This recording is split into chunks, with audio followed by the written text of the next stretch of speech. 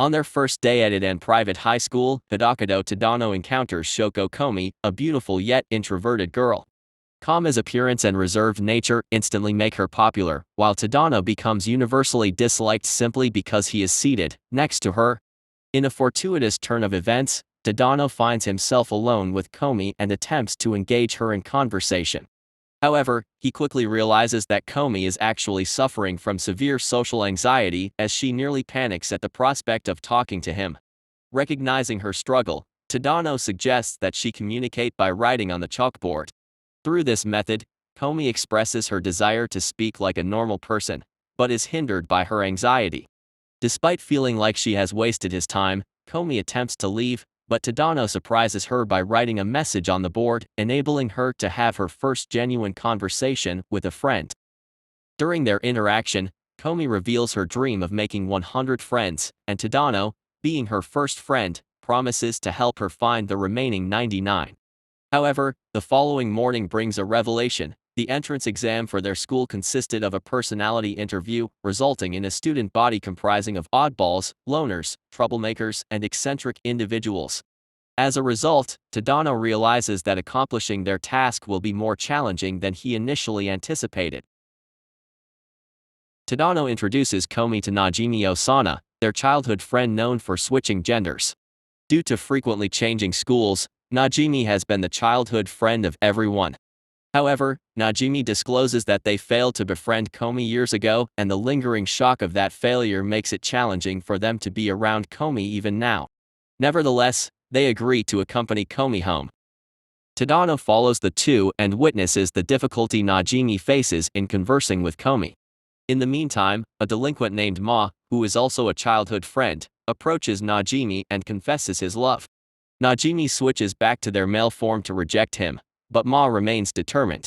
When Komi tries to speak, her hesitant speech and unwavering gaze lead Ma to believe she is an assassin, causing him to flee. This prompts Najimi to genuinely become Komi's friend. Najimi starts having lunch with Tadano and Komi, further amplifying Tadano's unpopularity. Tadano explains Komi's aspiration for friendship, so Najimi devises a plan to send Komi alone to order a complicated coffee, considering it a training exercise to encourage her to speak. Despite making several attempts, Komi ends up getting the wrong coffee and breaks into tears, leading Tadano and Najimi to apologize. Nonetheless, both of them find Komi's sulking behavior endearing. Himiko Aguri finds it challenging to communicate and becomes anxious when Komi starts following her. Following Najimi's advice to befriend Aguri, as they both struggle with communication, Komi approaches Aguri. Later on, Aguri expresses her gratitude to Komi for initially scaring her, as it surprisingly made it easier for her to communicate with her classmates. As a token of appreciation, Aguri decides to become Komi's loyal companion. Komi purchases her first phone and becomes determined to ask everyone for their numbers. She successfully obtains Najimi's number, but Aguri's lapdog behavior makes her hesitant to ask for Aguri's number. Requesting Tadano's number becomes even more awkward when Aguri accidentally interrupts the moment. Despite Komi's reluctance, she is unexpectedly elected as the class president. Sensing her hesitation, Najimi instead proposes Komi as the class goddess, while Tadano assumes the more challenging role of president with Najimi as the vice president. In an accidental call, Komi dials Tadano's number, leading to her first awkward phone conversation. Both Komi and Tadano take pride in achieving this milestone. Komi becomes intrigued by the games played by the popular students, so Najimi invites her to join. However, everyone intentionally lets Komi win due to her newfound popularity. In an effort to spare Komi from a potentially embarrassing moment, Tadano deliberately sabotages the second game, further adding to his unpopularity. Nonetheless, he is delighted when Komi expresses her gratitude for helping her have a fun experience. During the physical exams, Makoru Yadano, who despises losing, is determined to outperform Komi. However, Komi emerges victorious with better eyesight, height, and a lower weight. Refusing to accept defeat, Yadano argues that a physical exam doesn't prove anything and insists it should be considered a draw. On the other hand, Tadano scores completely average on the exam. Ren Yamai, a popular girl fixated on Komi, coerces Najimi into arranging an introduction between them. Tadano wakes up in Yame's bedroom, having been abducted by her to keep him away from Komi. When Najimi requests to bring Komi to Yame's house, Yame agrees. In a surprising twist, Najimi discovers Tadano hiding in a closet, prompting Yame to reveal her belief that she would make a better friend than Tadano. To Yame's astonishment, Komi rejects her and chooses Tadano instead. Blaming herself for the situation, Komi expresses her concern about whether Tadano will still be her friend, even speaking out loud to him. Najimi intervenes by bringing Yame to offer a perplexing apology for her actions. Komi then decides to disclose her social anxiety to Yame, leaving Yame in shock upon learning the truth. Nevertheless, Yame concludes that Komi's inability to speak only makes her even more adorable and pledges to assist her in finding 100 friends. After a momentary hesitation, Komi decides to accept Yame as her friend as well. In her summer uniform, Komi somehow becomes even more alluring. Despite Yadano's determination to surpass Komi in the fitness tests, they are once again defeated. Komi's inability to shake Yadano's hand only fuels Yadano's determination to defeat her. Najimi requests to visit Komi's house, where they encounter Komi's highly outgoing mother, Shouko. Leaving Komi and Tadano alone, Najimi hopes for something to happen, but ends up disappointed. However, Najimi discovers Komi's childhood photo album during their visit. To commemorate the occasion, Najimi sends Komi the photos taken during their visit, which Komi cherishes by placing them in a photo frame. Komi expresses her desire to visit a ramen shop, leading Aguri to take everyone to Ramen Daru. To everyone's admiration, Komi flawlessly follows all the unspoken rules of the ramen shop. Amoharu Nakanaka, a self-proclaimed shunobio, declares that Komi is Princess Kamilia, a friend from their past life. Tadano recalls having similar behaviors during his middle school years. Recognizing Nakanaka's loneliness, Komi volunteers to be Nakanaka's gym partner. Najimi borrows Tadano's umbrella and leaves a note, prompting Komi and Tadano to share Komi's umbrella. Komi notices that Tadano deliberately lets his shoulder get wet to provide her with more cover.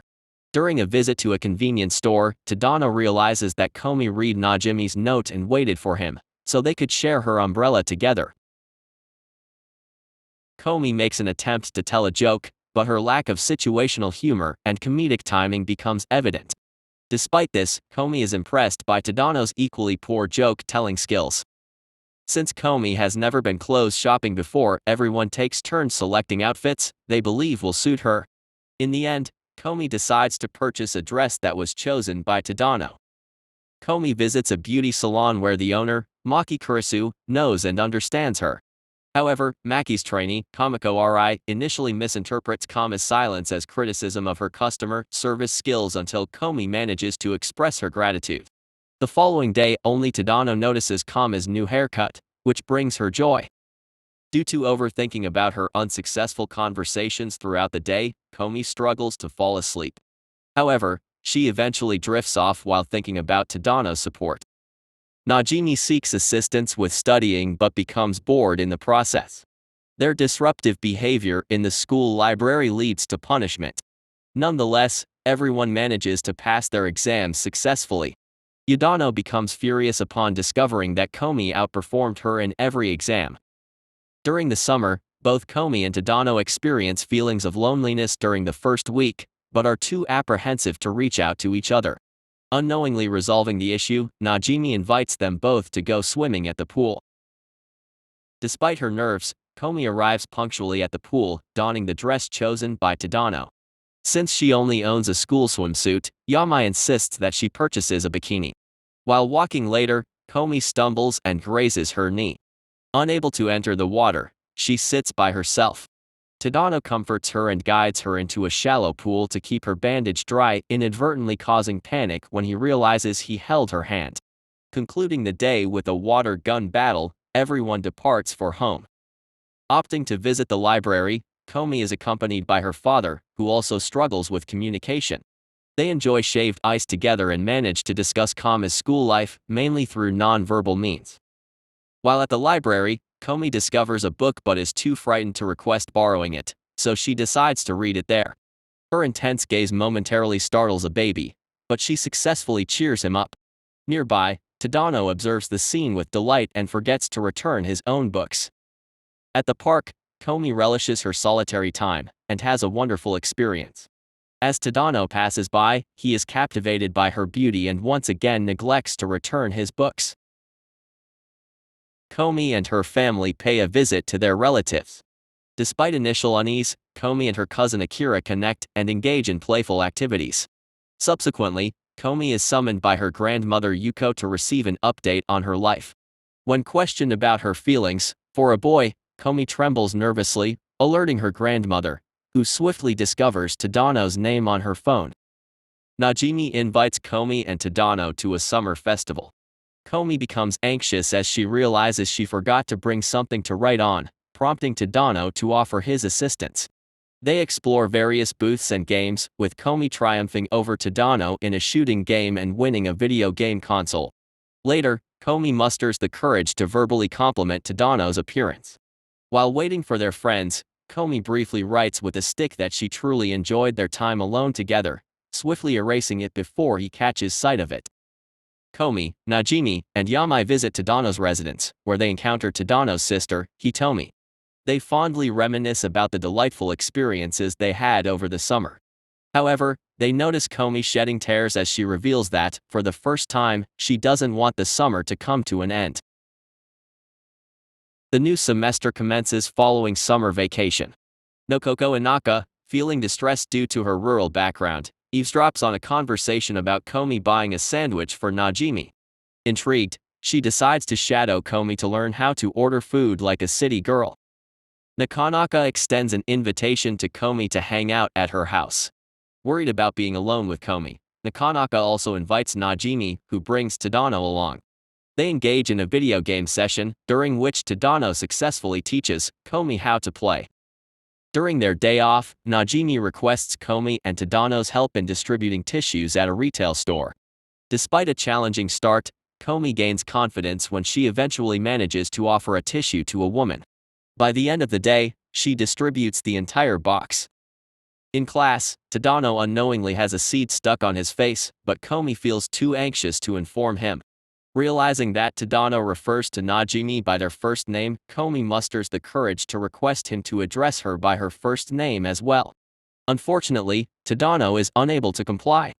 At Najimi's suggestion to set an example by also using Tadano's first name, Komi, feeling embarrassed, fails in her attempt to do so. 10. During the school's annual sports day, Komi encounters Chika Netsuno, a highly competitive second-year student. They participate in various events, and eventually, Komi finds herself in the relay race, pitted against Netsuno. Despite slipping and falling, the support and encouragement from her friends motivate her to persevere and finish in second place. Unaware of the race's outcome, Komi's friends rush to her aid, much to Netsuno's satisfaction.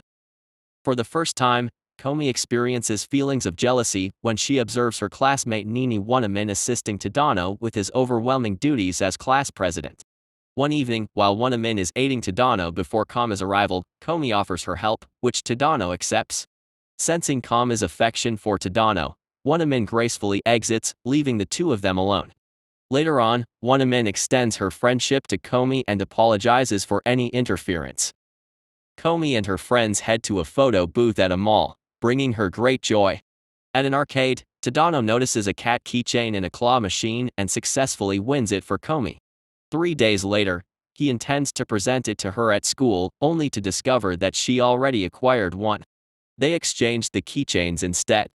Upon arriving home from school, Komi tightly holds onto Tadano's keychain, cherishing it deeply. Komi's class faces indecision regarding their plans for the upcoming culture festival. In a quiet moment, Komi confides in Tadano, expressing her desire to have a maid cafe. Upon hearing this, the entire class instantly agrees. Wanamin and Kato Tori, another girl in Komi's class, are tasked with acquiring the necessary materials for the festival. Otori requests Komi's assistance, and she willingly agrees. Afterward, Komi opens up to Otori, sharing her past feelings of inadequacy and how happy she feels when asked for help. Komi, Najimi, and Tadano take on the responsibility of distributing flyers for the festival. Nervously, Komi hands them out to various acquaintances, including the mother of the baby she befriended at the library. The girls, including Komi and Najimi, pleasantly surprised the boys with homemade onigiri. Komi's elation soars when she realizes that Tadano chose the one she made, a moment keenly observed by Wanamin. During the festival, Komi, Najimi, and Tadano dress up as maids. While the boys initially feel awkward around Tadano, Komi responds positively to his new appearance, finding him adorable. Later, Hitomi playfully teases Tadano, taking a picture of him to show their mother. During the festival, Najimi decides to employ dubious methods to attract more customers, but their actions are discovered, resulting in the need to offer refunds. Subsequently, Komi, Tadano, and Najimi venture to a haunted house, followed by heartfelt confessions on the school's rooftop until Najimi is whisked away by the meditation club. Komi and Tadano then join Wanamin and Otori to explore the various stalls and activities. In the gymnasium, Komi's class is declared as the festival winners. However, due to Najimi's questionable tactics, they are not granted the grand prize. Later, everyone gathers for a lively dance party. Komi expresses her desire to dance with Tadano, who nervously attempts to lead the way. Their dance is soon enlivened by the enthusiastic presence of Najimi. Following the festival, Komi's class heads to a karaoke bar. There, Komi receives acclaim for her singing, even though she was too apprehensive to actually perform. When it becomes Tadano's turn, he is largely ignored by everyone except Komi, providing him with the motivation to finish. As the day winds down at her house, Komi deeply appreciates the friends she has made along the way. I hope you liked the recap. If so, don't forget to subscribe and like it.